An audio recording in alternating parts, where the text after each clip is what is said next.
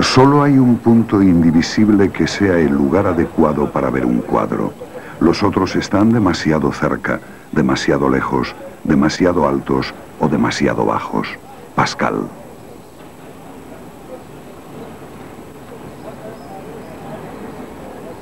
Entre muchos pares de ojos que contemplen una misma obra al mismo tiempo, solo una persona tendrá la verdadera percepción de la perspectiva.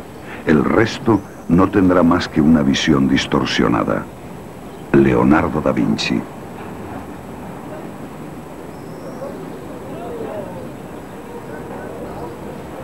...1990... 700.000 personas visitan la exposición Velázquez en el Museo del Prado de Madrid.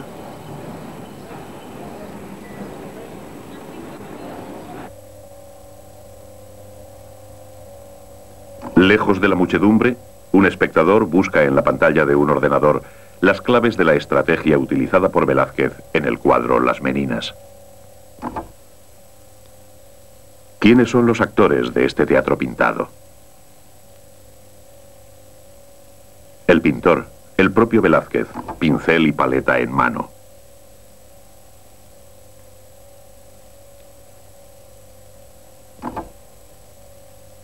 La infanta Margarita, acompañada de sus damas de honor y dos enanas.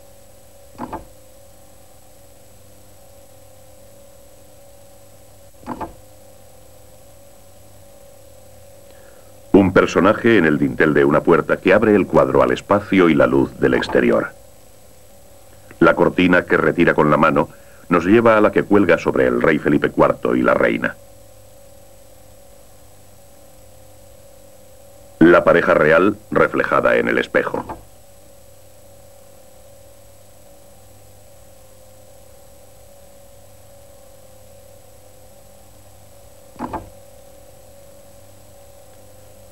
Finalmente, el espectador invisible, nosotros, el verdadero tema del cuadro.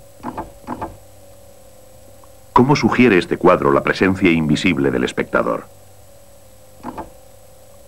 Todas las figuras están inmovilizadas en una disposición que, analizada según las reglas de la perspectiva, determina el sitio preciso que debe ocupar el espectador en relación con el cuadro.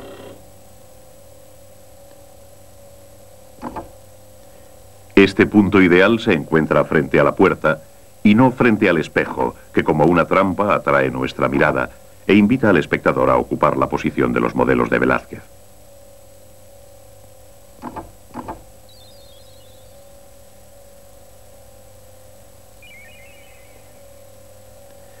Si el espejo reflejara la imagen del espectador, significaría que el espectador se encontraría físicamente dentro de la sala y que, como puede verse aquí mediante la simulación del ordenador, podría penetrar en el espacio del cuadro y tener por tanto infinito número de puntos de vista.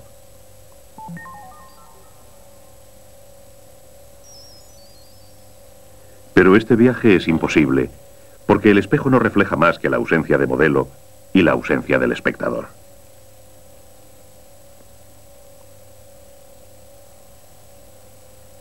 No muestra a la pareja real posando ante el pintor. En realidad refleja la cara oculta del lienzo pintado por Velázquez, del que nosotros solo vemos la parte posterior. El espejo refleja lo que está siendo pintado y no podemos ver.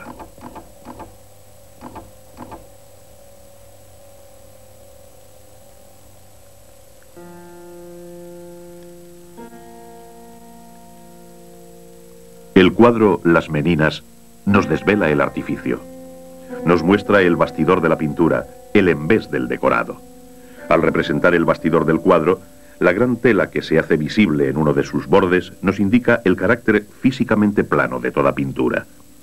Las Meninas nos hacen ver la profundidad perdida. Y de esta forma, el cuadro accede a otra profundidad que no es la restitución del espacio en su mera dimensión geométrica, tal como haría un simple espejo, sino en una dimensión más abstracta, más esencial sobre todo. Una dimensión que es la mirada del pintor, su visión del mundo, el objeto mismo de la pintura.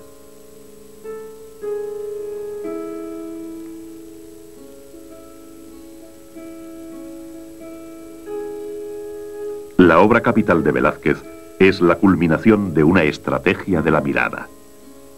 Y ahora dejemos que la cámara nos muestre la historia de otros cuadros del pintor.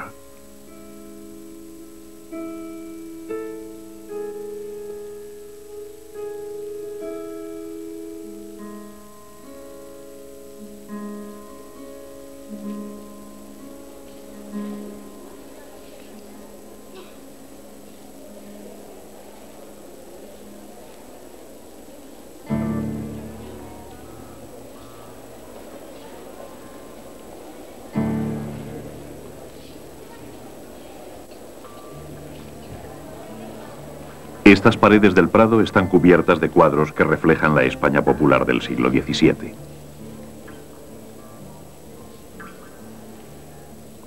El Aguador de Sevilla muestra el virtuosismo de un pintor de solo 20 años.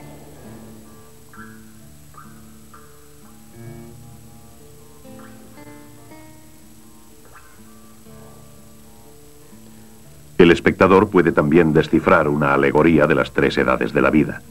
Velázquez aparece en la sombra, en el centro del cuadro, entre su maestro Pacheco, ataviado como viejo aguador, y el aprendiz que todos los pintores tenían a su servicio en aquellos tiempos.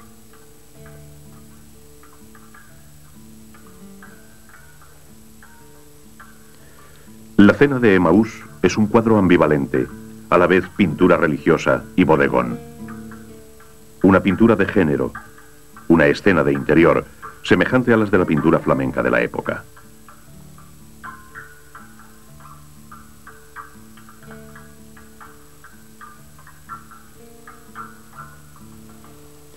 Velázquez, en este cuadro, introduce lo sobrenatural en la vida cotidiana. La figura de Cristo aparece tras una ventana, a menos que estemos viendo un cuadro en la pared de la cocina. El cuadro dentro de un cuadro, el teatro dentro de un teatro, algo corriente en el arte y la literatura del siglo. También hay espacio en la obra de Velázquez para los rufianes y granujas, los pícaros, de quienes habla Cervantes. Oh pícaros de cocina, sucios, gordos y lucios, pobres fingidos, tullidos falsos, cicateruelos de Zocodover y de la Plaza de Madrid, vistosos oracioneros, esportilleros de Sevilla, mandilejos de Lampa, con toda la caterva innumerable que se encierra debajo de este nombre, pícaro. Borrachos mitológicos encontrados en las callejuelas de Sevilla o de Madrid. Personajes innobles, es decir, no nobles. Esclavos liberados gracias a la divina bebida.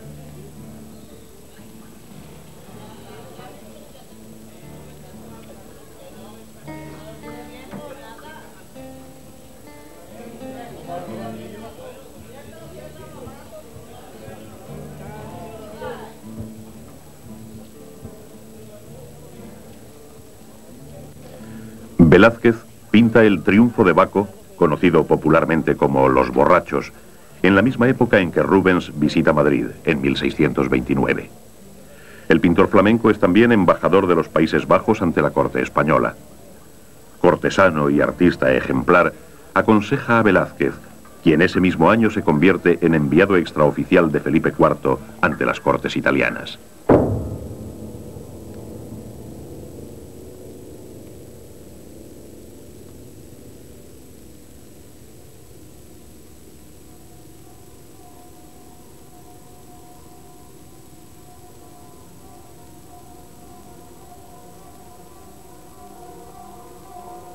En Venecia, en Ferrara, se llega a sospechar que Velázquez es un espía. Durante su primera visita a Roma, pinta La fragua de Vulcano. Este cuadro es tal vez el que mejor refleja la influencia del estilo italiano en Velázquez, una influencia formal sobre su técnica. Velázquez no pinta un acontecimiento, la infiel Venus traicionando a Vulcano, su marido, con Marte. Pinta el anuncio de este acontecimiento, la visita de Apolo que comunica al infortunado marido la traición de su esposa. Es una palabra lo que se representa aquí, y esa palabra es el acontecimiento. El color, la luz, el espacio y las dimensiones del cuadro muestran la influencia de su estancia en Italia. Pero el tema parece algo trivial, porque Vulcano, el dios herrero, es representado como un simple ser humano en su lugar de trabajo. Velázquez permanece fiel a la tradición española. El mundo de la poesía mitológica y erótica pintado por Tiziano para Felipe II se ve alterado.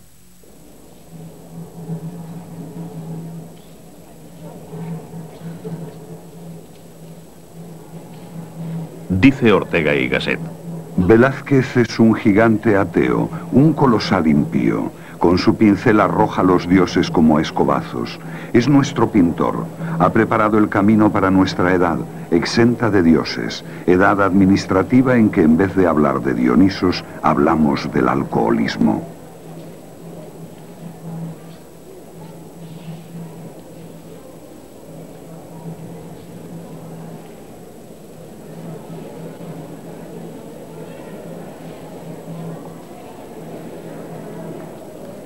Las paredes del Prado albergan la galería de retratos velazqueños. Retratos de los pícaros de Sevilla, pero también de hidalgos y de grandes de España.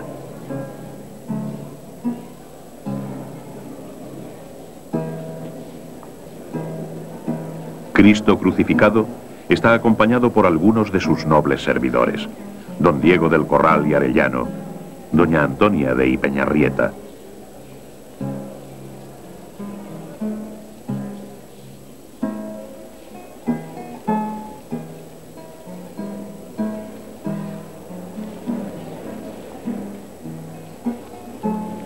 La Iglesia y la aristocracia son la base del poder absoluto del trono español, un poder que se extiende sobre los 5 continentes.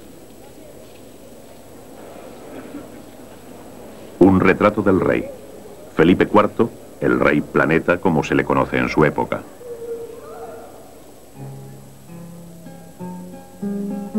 Hoy, el gran timbre de gloria de Felipe IV es haber preferido a Velázquez entre los pintores de la corte.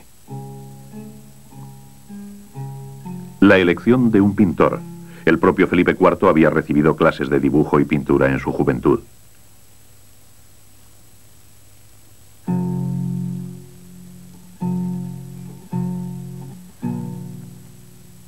Es sabido que durante su reinado la gloria de España lanza sus últimos destellos. Declive político, ilustrado por las guerras en Flandes y en Italia, y los levantamientos de Aragón y Cataluña. Declive económico también. El oro de América enriquece solo a los especuladores, no al país.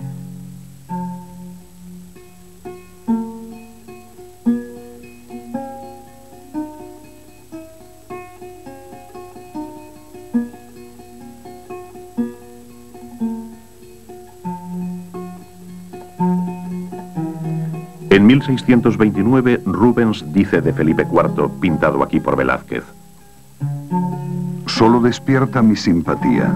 La naturaleza le ha dotado con todos los dones del cuerpo y la mente, y en mi trato diario con él he llegado a conocerlo bastante bien. Ciertamente, sería capaz de gobernar en cualquier circunstancia si no le faltara confianza en sí mismo y no se apoyara tanto en los demás.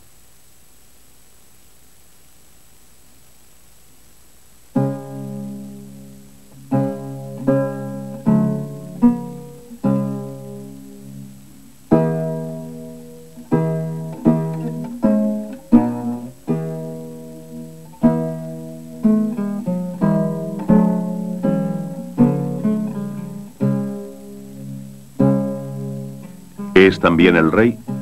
No, es su hermano, el infante don Carlos. En el rostro de ambos, el acusado prognatismo de los Habsburgo.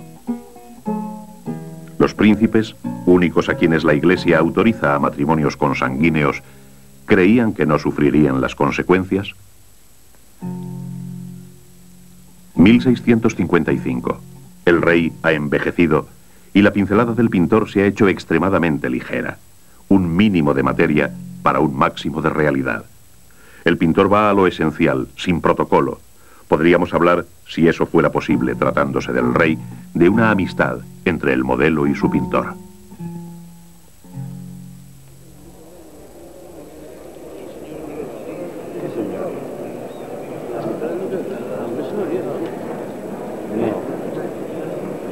23 de enero de 1990. El rey don Juan Carlos visita la exposición.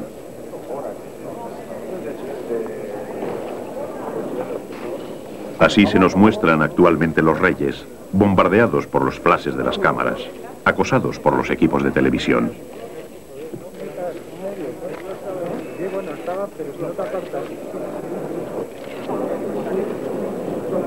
En 1627, García Salcedo Coronel dice de Velázquez: es un pintor sabio, cuyo glorioso arte rivaliza con la naturaleza y la deja estupefacta.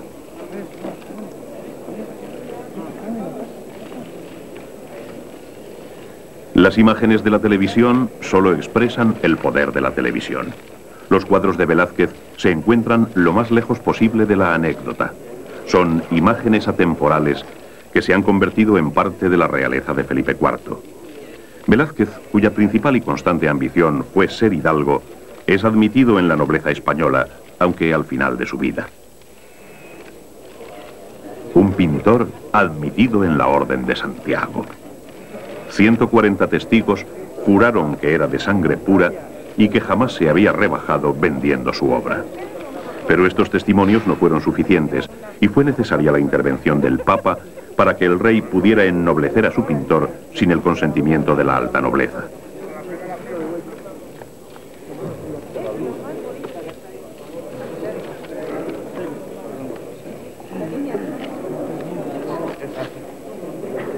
Imaginen al rey don Juan Carlos dando carta de nobleza a su fotógrafo o a un operador de vídeo.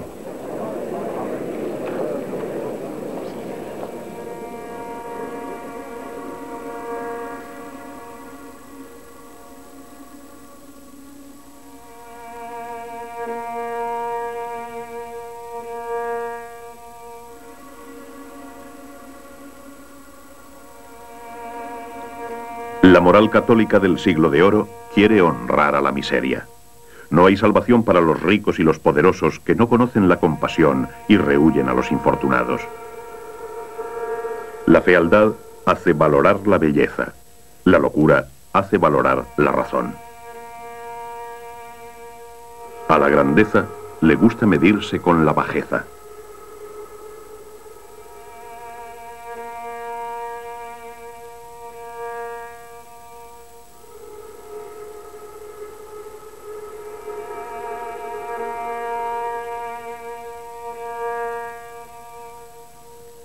Los enanos son símbolos vivientes que proporcionan a Velázquez un tema propicio para la experimentación. Su fragilidad y su insolencia le dan una libertad de la que no dispone ante el rostro real. La nobleza del pintor se traduce en la bondad de la mirada con que los contempla.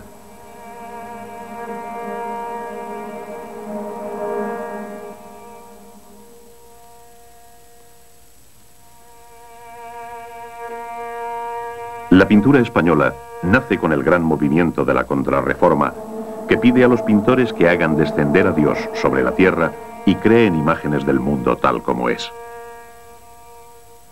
Realismo en este enano, el primo, representado aquí con un libro y tintero por ser uno de los secretarios del rey. Para describir este realismo, en el siglo XVII se decía que el artista pintaba la realidad con veracidad.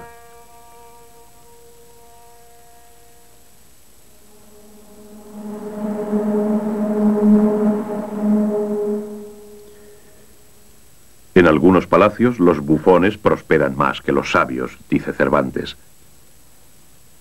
Así como los dioses de la antigüedad han tomado forma humana, también ha pasado el tiempo en que los poderosos inspiraban nobles alegorías. El bufón Don Juan de Austria. Este bufón recibe su nombre de un comandante en jefe, un príncipe, hijo natural de Carlos V, que salvó a la cristiandad en Lepanto. Este retrato de Velázquez revela la inquietud de su época, el vencedor de Lepanto ridiculizado. Del mismo modo caricaturiza al general turco derrotado, Barbarroja.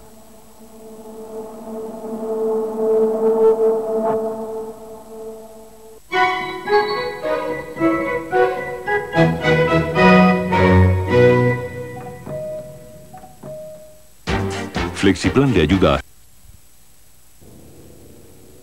Esta es la verdadera actitud de un rey poderoso, dominante y solitario. Felipe IV, bisnieto de Carlos V, a caballo como un emperador romano, el bastón de mando firmemente asido.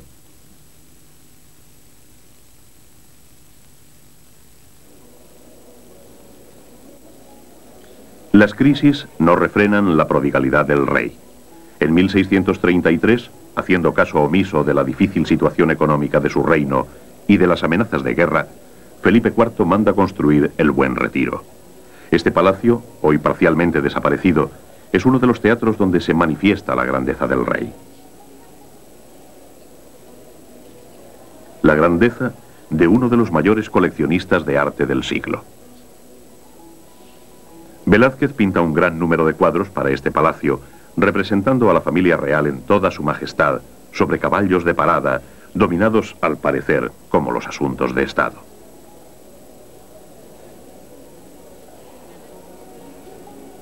Sobre un caballo de patas blancas, distintivo de la raza más noble, el rey ejecuta una levade, una figura de equitación difícil incluso para un experto jinete. El rey, comandante en jefe de los ejércitos, debe dar ejemplo de dominio de la fuerza.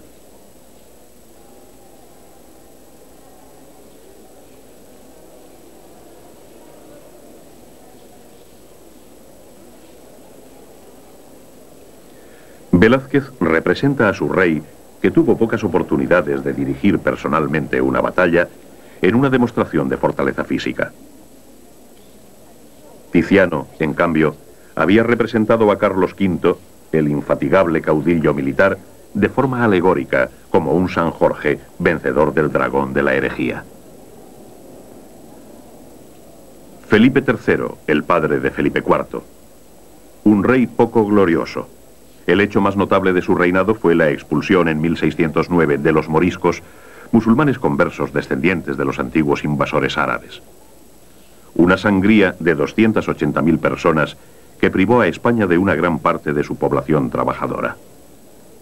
Aquí la mano de Velázquez ha dejado su lugar a las de sus ayudantes.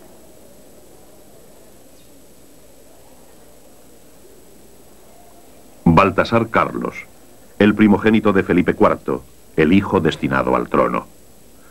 Su retrato es indudablemente obra del pintor.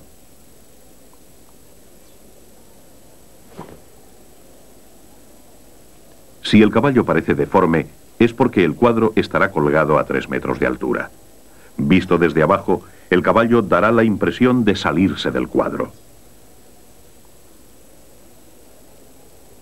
Visto a la distancia y a la altura de los ojos del pintor, la composición revela la inteligencia de la técnica de Velázquez.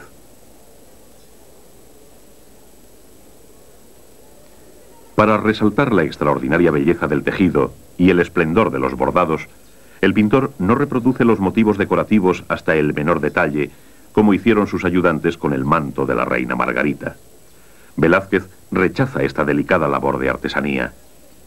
Él impone al espectador su estrategia de la ilusión. Para pintar el ropaje de sus modelos, proyecta una lluvia de pinceladas, como si estuviera haciendo un bosquejo apresurado. En desorden, aparentemente. Sin embargo, cada nota de color está sabiamente colocada, siguiendo un plan preciso.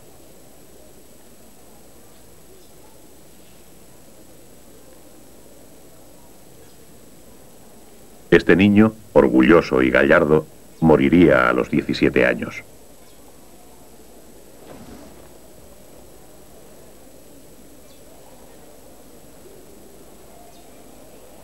Gaspar de Guzmán, conde duque de Olivares, aparece aquí en la cima de su poder.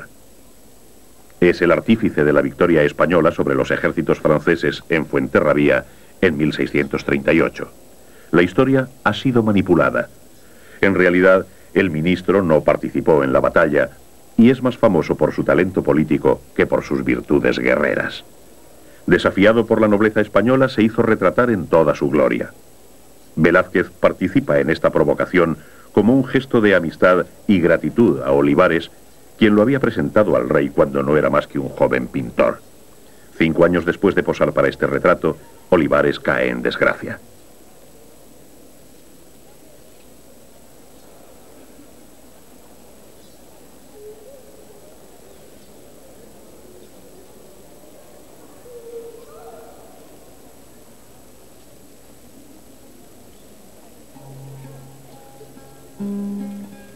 ¿Cuántos nobles hay en España durante el reinado de Felipe IV?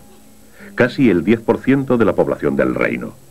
Una hueste de Quijotes, ricos solo en orgullo y limpieza de sangre, frente a un puñado de poseedores de inmensas fortunas. El honor supremo al que todos aspiran es la concesión de la cruz de una de las grandes órdenes de caballería.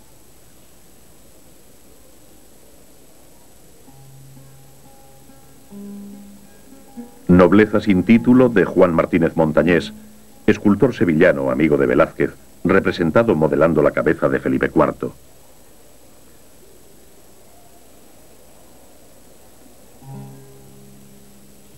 Aquí, en este cuadro inacabado, Velázquez nos revela un secreto. Muestra al espectador que no dibuja antes de pintar. Todas las formas en el lienzo, incluso el bosquejo, son trazadas por el pincel. ¿Esta confidencia del pintor es voluntaria? ¿Quiere Velázquez que el espectador sepa que es diferente a los demás, incluso en su técnica? Los cuadros de Velázquez suscitan tantas cuestiones. Desde las paredes del Prado, dan al espectador la ocasión de descubrir la vasta gama de conocimientos y experiencias del pintor. ¿Quién de entre sus contemporáneos puede presumir de haber conocido de cerca a un dios, a aristócratas, a filósofos, a bufones e incluso el espectáculo de la guerra? El ejército español, bajo el mando de Ambrosio de Espínola, derrota a los rebeldes holandeses acaudillados por Justino de Nassau. La rendición de Breda, o las lanzas. De nuevo Velázquez traspasa la palabra hablada a la pintura. Justino, yo las recibo y conozco que valiente sois, que el valor del vencido hace famoso al que vence.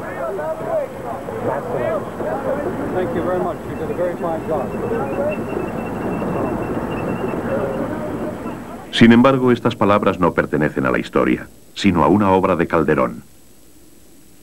Las verdaderas imágenes de la guerra, las imágenes de la muerte, suelen ser eliminadas en la televisión. Son sustituidas por discursos o por imágenes suavizadas.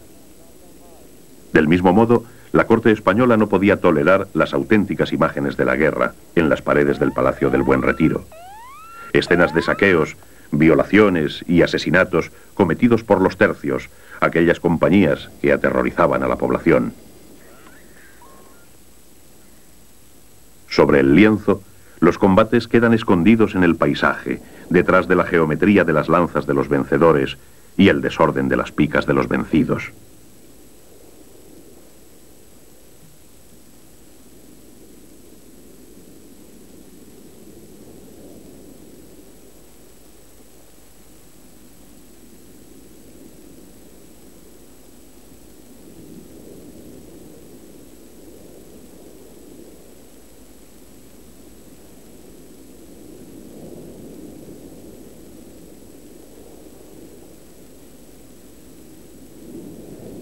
Es una escena teatral, en efecto, aunque sugiere algo más que una lección gloriosa.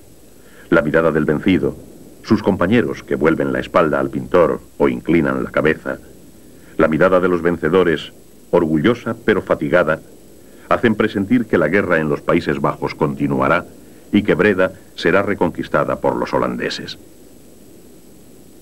Y eso fue precisamente lo que sucedió 2 años después, en 1627.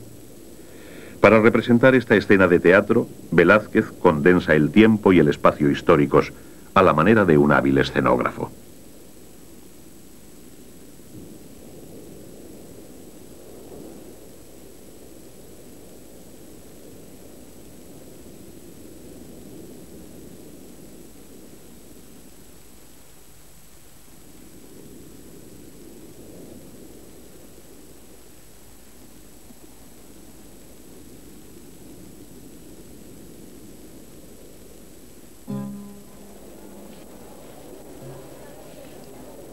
Cuando los reyes no hacen la guerra, van de caza. En 1637, Felipe IV manda construir un castillo, la Torre de la Parada, para descansar de las fatigas de la caza. Encarga 60 cuadros a Rubens, basados en Ovidio, y 60 escenas de caza a Franz Snyders. Únicamente en Velázquez recayó el honor de pintar los retratos reales. Dice Pacheco: no es creíble la liberalidad y agrado con que es tratado de un tan gran monarca, tener obrador en su galería y su majestad llave de él, y silla para verle pintar de espacio casi todos los días. Y le ha dado en menos de 2 años el oficio de guardarropa y de ayuda de cámara en este de 1638, honrándole con su llave.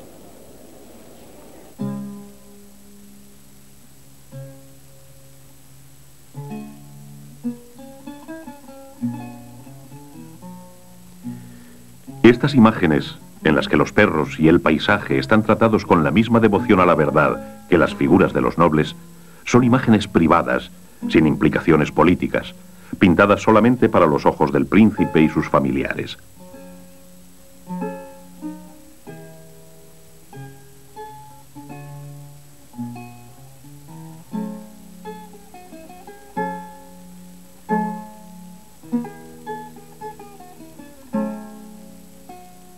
Velázquez, que ha dejado de sí mismo la imagen de una gran elegancia, pudo influir sobre su modelo en la elección de la ropa y en su refinado sentido del color. El rey vivió 36 años bajo la mirada del pintor.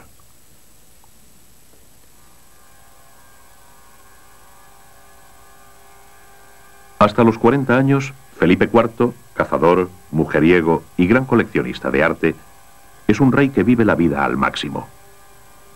Abandona el Escorial, el impresionante exvoto en granito construido por su abuelo Felipe II. Arquitectura de orgullo y de penitencia, palacio y convento, es también el lugar escogido para albergar el impresionante panteón de los reyes de España. Hacia 1645, después de la partida de Olivares, que era también responsable del esparcimiento del rey, y después de la muerte de su esposa y de su hijo, Felipe IV empieza a visitar con más frecuencia este lugar trágico y decide continuar las obras en el Panteón de los Reyes. En 1652 encarga a Velázquez, que ha sido nombrado aposentador mayor de palacio, que dirija su decoración. Y es Velázquez, como decorador, quien exige que la imagen de Cristo crucificado sea realizada según las reglas enunciadas por Pacheco. Cristo debe ser representado clavado en la cruz con 4 clavos, como hizo él mismo en su crucifixión.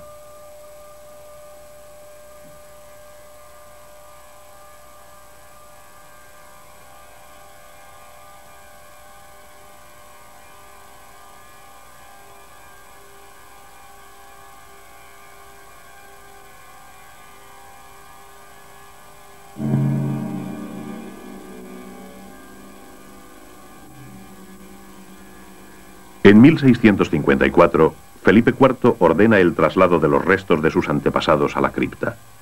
Al abrir el ataúd del emperador Carlos V, descubre asombrado que el cuerpo de su antepasado, el fundador de la dinastía, está intacto. Esta visión hace estremecer al rey, que se vuelve aún más devoto.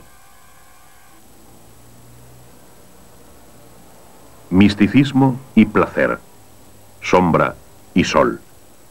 De la penumbra de El Escorial a la deslumbrante luz de Sevilla. En el siglo de oro, Sevilla es una de las ciudades más pobladas de Europa, auténtica capital cultural y económica de España. A su puerto llegan metales preciosos del Nuevo Mundo, pero también libros e imágenes de otros países de Europa. San Pedro. El domingo 6 de junio de 1599, en esta iglesia construida en el siglo XIV en el antiguo emplazamiento de una mezquita, es bautizado Diego, hijo de Juan Rodríguez de Silva y Jerónima Velázquez. Al igual que Picasso, muchos años después, Velázquez es conocido por su apellido materno.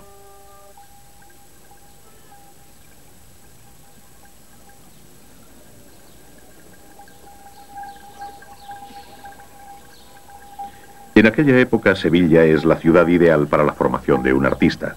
Es un auténtico crisol de modas y culturas, como se hace patente en la Casa de Pilatos, en donde la arquitectura y los mosaicos ornamentales árabes se mezclan con las estatuas clásicas procedentes de las vecinas ruinas de Itálica, la antigua ciudad romana, cuna de los emperadores Trajano y Adriano. Cuenta la leyenda que este palacio se construyó tomando como modelo la casa de Poncio Pilatos en Jerusalén.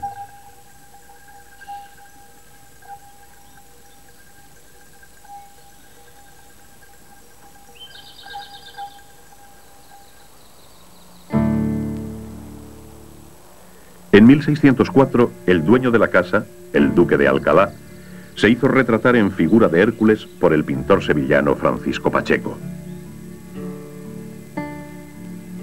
El autor de esta alegoría es menos conocido por su arte que por haber tomado en 1611 como aprendiz a Velázquez, que entonces tenía 12 años. Un aprendizaje excepcional. Pacheco es un hombre culto que dirige una academia donde se concentran los mejores talentos y la élite intelectual de Sevilla. El joven Velázquez aprende allí el oficio de pintor y es educado en la tradición humanista.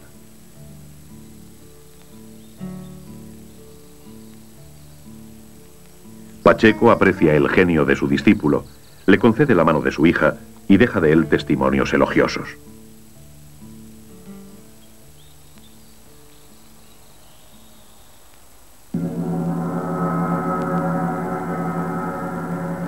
Diez años después de la muerte de Velázquez, Luca Giordano pinta una alegoría de España en el techo del Casón del Buen Retiro, hoy un anexo del Museo del Prado.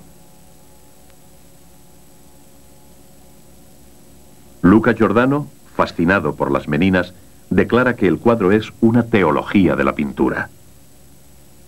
Los propios pintores contemporáneos de Velázquez reconocen su grandeza.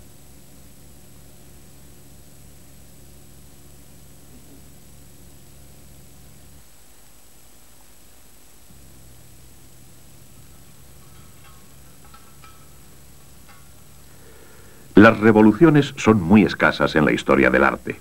Picasso, como Velázquez, cambia radicalmente la visión del espectador y le propone una estrategia diferente. Picasso, nombrado director del Prado por la República Española y exiliado de España bajo el franquismo, se encuentra bajo el techo de Luca Giordano, codeándose con Velázquez. El ojo depredador de Picasso se apodera de las Meninas. Dice Michel Leiris: Picasso se siente como en su casa instalándose en Velázquez.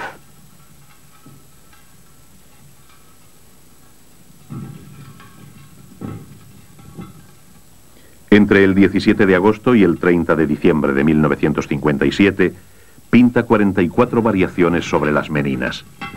Picasso se entrega apasionadamente a esta empresa, con un pie en el pasado y otro en el futuro. Experimentador insaciable, pasa 6 meses ante el cuadro más enigmático de la pintura occidental, extrayendo de él inspiración, apuntes, bosquejos, volviendo a él una y otra vez.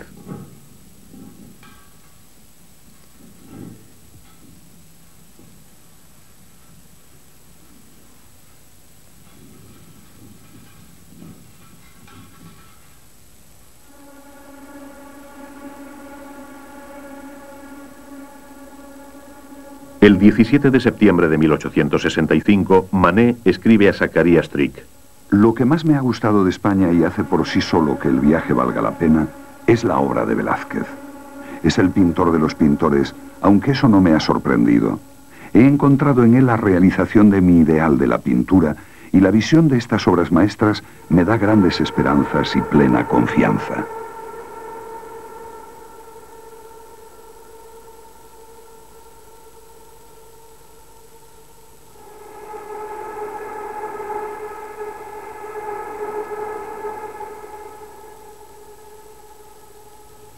El ideal de Manet es pintar la realidad sin teoría. Aquí, sin perspectiva lineal, sin fondo, el sujeto a solas. El Pífano, pintado en 1866, unos meses después de su regreso de España.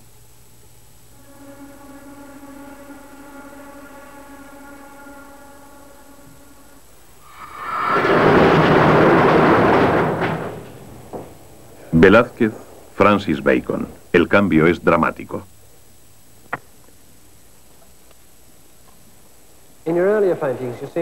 En los primeros cuadros ha insistido usted sobre todo en la cabeza y la boca. ¿Recuerda lo que pensaba entonces, en 1949? Sí, lo recuerdo. Yo pensaba que sería capaz de pintar la boca con toda la belleza de un paisaje de Monet. Sé que fracasé. ¿Por qué piensa eso? No creo que lo haya conseguido. Creo que debería tener más color. Debía haber hecho el interior de la boca con todo el colorido magnífico del interior de la boca, pero no lo conseguí. Este es uno de los mejores cuadros del mundo. Uno de los mejores cuadros del mundo, desde luego. Estaba obsesionado con Velázquez y cometí un gran error. Intenté hacer cuadros sobre el grito del Papa, pero no lo conseguí.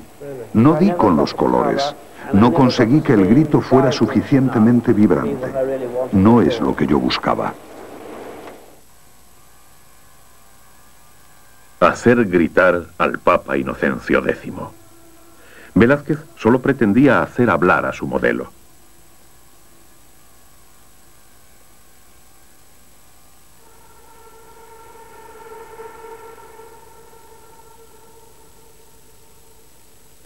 El pintor había ido a pedir al Papa que le apoyara en su intento de ser admitido en la gran nobleza española.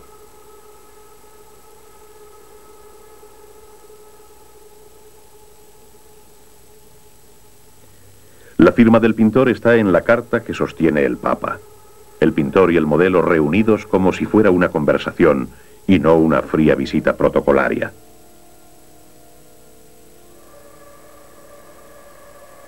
Al principio el Papa se mostró escéptico ante su retrato. «Demasiado verdadero», exclamó, según cuentan. Pero al final supo apreciarlo. Qué verdadero es ciertamente este Papa. Sometido a todos los matices del color rojo, sentado en un sillón de terciopelo rojo, delante de una cortina roja, vistiendo su muceta de seda roja, su cara rubicunda bajo un solideo rojo.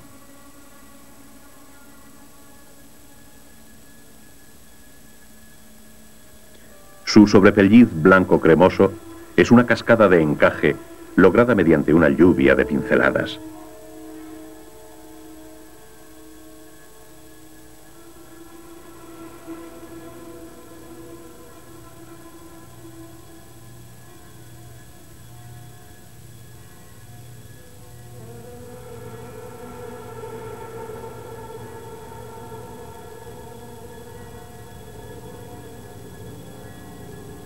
Velázquez se encuentra en la cima de su capacidad para plasmar la realidad más penetrante.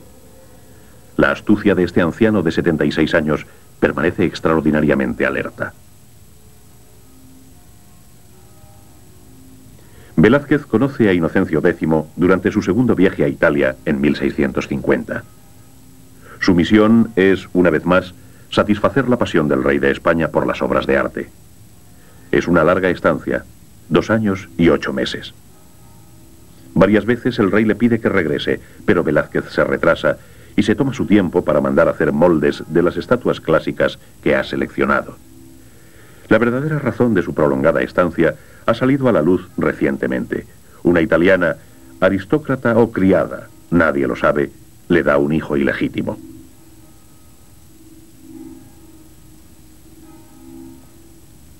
Antes de pintar el retrato del Papa, para demostrar su talento a los romanos, Velázquez expone el retrato de Juan de Pareja, su esclavo mulato que le acompaña en el viaje.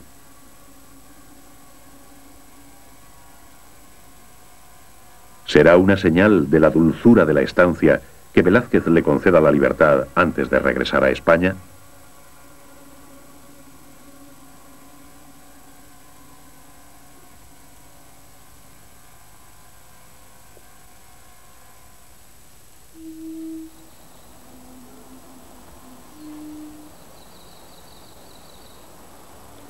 En su anterior visita a Roma, en 1630, el pintor, invitado del Gran Duque de Toscana, reside durante 2 meses en el Palacio de la Viña, actualmente Villa Médicis.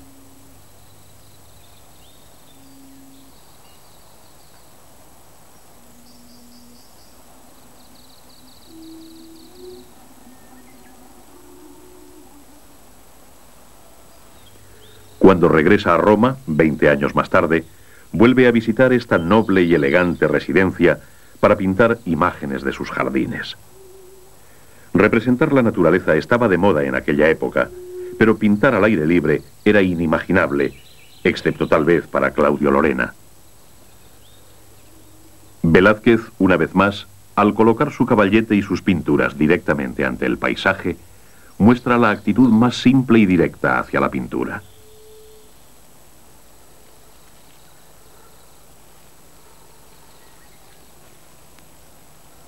Llega incluso al extremo de usar la trama del lienzo para representar los ladrillos de la pared.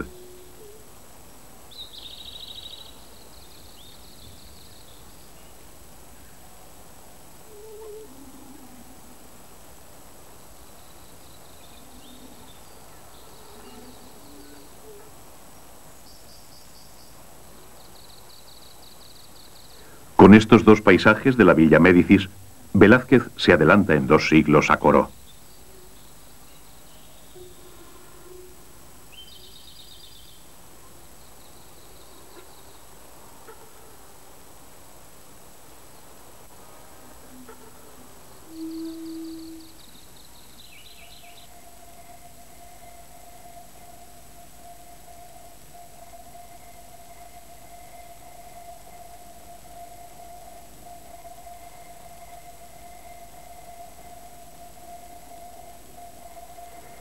En Italia, Velázquez recolecta cosas muy interesantes para el rey de España.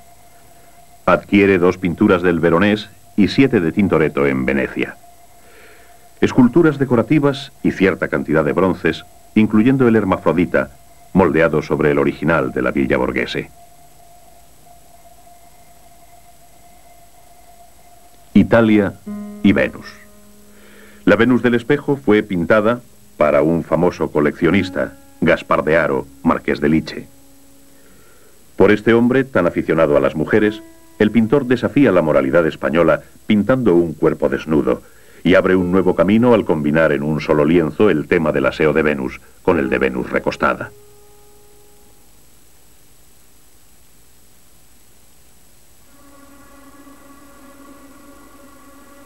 La mitología humanizada de Velázquez habla al espectador de hoy más allá de la pura anécdota o de la fábula clásica. Una de las formas de su estrategia es hablarnos en cada una de sus obras de su pintura, mostrarnos por qué su arte es incomparable, por qué él mismo es un aristócrata.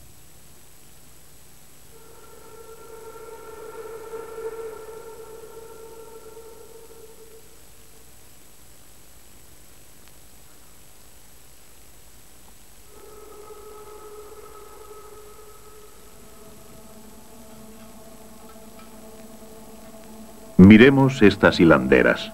Leamos el cuadro como un manifiesto escrito por Velázquez para convencer al espectador de que el lugar del artista está entre los más nobles. El fondo del cuadro representa el tapiz tejido por la humana Aracné en desafío a la diosa Minerva. Ovidio nos cuenta que las 2 rivales fueron juzgadas iguales, es decir, que el arte humano puede igualar la creación divina.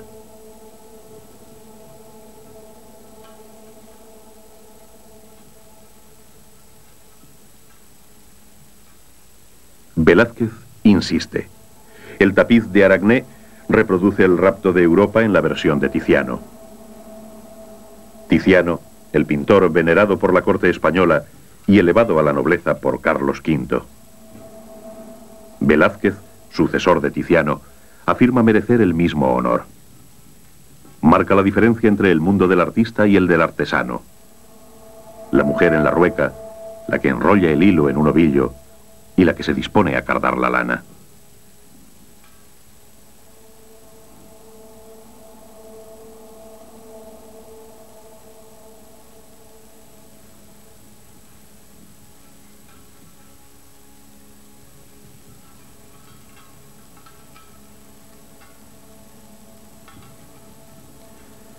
En el mundo real, el artista destaca por su apariencia, sobresale de entre los simples trabajadores y tiene derecho a una posición diferente, como la nobleza se distingue del pueblo llano.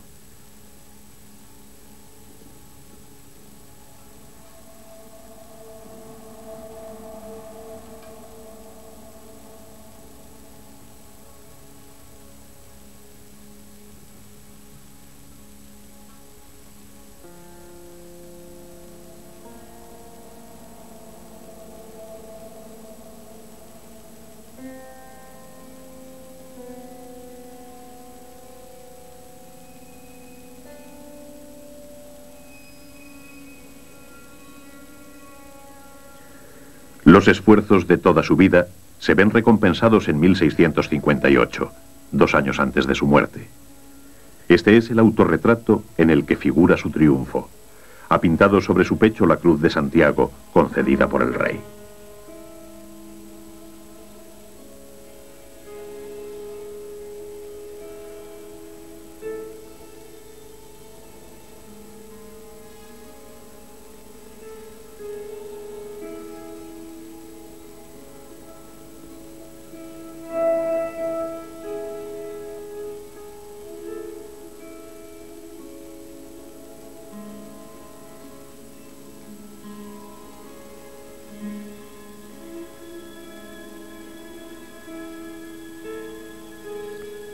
Ahora su talla de hidalgo se eleva sobre los demás personajes del cuadro.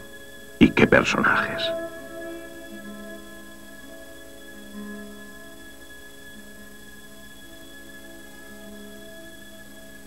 Aquí, Velázquez revela el secreto de los colores de su paleta. Muy pocos colores.